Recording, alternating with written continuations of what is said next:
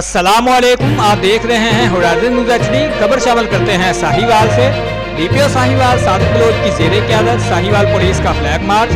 तफसीलात के मुताबिक मोरखा 21/10/2021 को अमन-ओ-अमान की सूरत हाल को बरकरार रखने के लिए डीपीओ साहिवाल सादिक बलोच की ज़ेरे क़यादत फ्लैग मार्च किया गया।